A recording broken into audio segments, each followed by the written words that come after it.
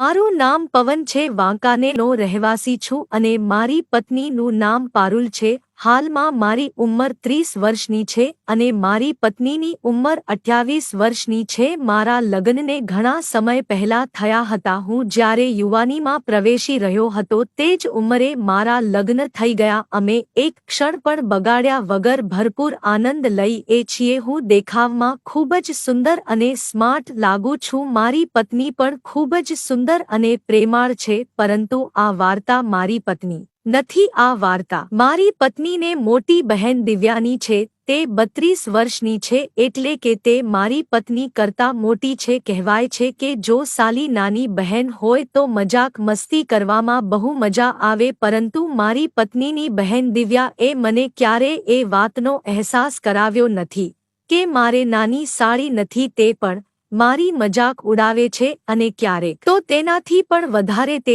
આગળ જઈને મશ્કરી કરે છે. તે મને ક્યારેક ટચ પણ કરી લે છે અને ક્યારેક હું પણ મજાકમાં તેને ટચ કરી લેતો. હું તેની આંખો જોઈને ખૂબ આનંદમાં આવી જતો, પરંતુ મારામાં સામેથી આગળ વધવાની હિંમત ન હતી, કારણ કે તો તેની લાગણી દુભાઈ અને હું કંઈ કરું તો સ્થિતિ સારી થવાને બદલે ખરાબ થઈ જાય તો આ સંબંધમાં પણ ઘોબો પડે. પરંતુ તે મારી સાથે વાત કરવાનું બહાનું ગોતતી રહેતી. જ્યારે પણ તેને તક મળતી ત્યારે તે મારા ઘરે આવી જતી અને એકદમ ખુલ્લા મનથી મારી પત્ની સામે મારી મજાક ઉડાવતી. મારો ચહેરો પાણી થઈ જતો. હું મારી પત્નીને પણ આ વાત કરતો તો તે કહેતી, દિવ્ય દીદી તમારી સાલી છે, મારે તમારા બંનેના સંબંધ વચ્ચે ન પડવું જોઈએ, તેથી તમે તેની મજાક સહન કરો અને તમે પણ તેની મજાક ઉડાવીને આનંદ કરો. શું તમને દિવ્યાદીદી પસંદ નથી? તો મેં કહ્યું, એવું નથી, પણ હવે ધીરે ધીરે મને તેની હાજરી ખૂબ ગમવા લાગી. મારા મનમાં તેના પ્રત્યે લાગણી જમવા લાગી. જો તમે મહેનત કરો છો તો તમે બધું મેળવી શકો છો. ત્યારે આ વિચાર મારા મગજમાં આવવા લાગ્યો. ત્યારે હું પણ એકાંતમાં તેની સાથે વાત કરવા માટે તક ગોતવા લાગ્યો અને મારે તેને પૂછ્યું હતું કે શું તે મારી સાથે થોડો સમય આનંદ કરવા માંગે છે. આ રીતે સમય પસાર થતો ગયો. અમારા બંનેના મનમાં એકબીજાને પામવાની ઈચ્છા વધતી ગઈ, પરંતુ બંનેમાંથી કોઈ શરૂઆત કરવામાં ડરતા હતા. જ્યારે મારો પુત્ર 2 વર્ષનો થયો ત્યારે તેના જન્મદિવસની અમે પાર્ટી રાખી હતી. આ વખતે તે અમારા ઘરે એકલી આવી.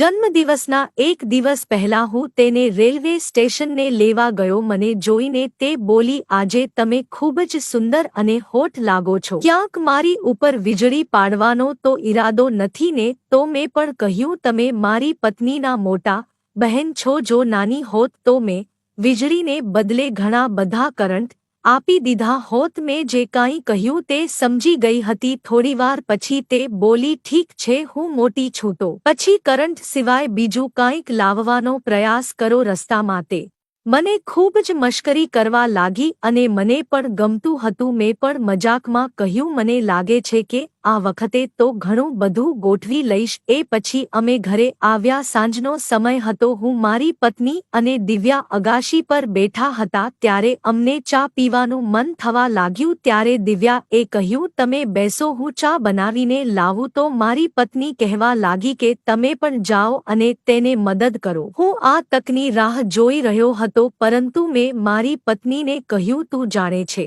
કે તે મારી સાથે કેટલી મજાક કરે છે અને મને શરમ આવે છે. મારી પત્ની બોલી, કોઈ વાંધો નહીં સાલી, મજાક નહીં કરે તો કોણ કરશે, અને તેનો અધિકાર પણ છે. હું પણ તેની પાછળ ગયો. જે રીતે ચાલતી હતી તે રીતે એવું લાગી રહ્યું હતું કે તે મને કોઈ સ્કીમની ઓફર કરી રહી છે. તે ચા બનાવવા લાગી. પછી અમે બંને વાતો કરવા લાગ્યા. ત્યારે મેં તેને લાઈફ વિશે પૂછ્યું હતું. તે થોડીક નિરાશ થઈ ગઈ. મેં કહ્યું, શું થયું? તો તે મને કહેવા લાગી કે મારા પતિ ક્યારે આનંદ નથી કરતા અને ઉપરથી તે વ્યસન કરે છે.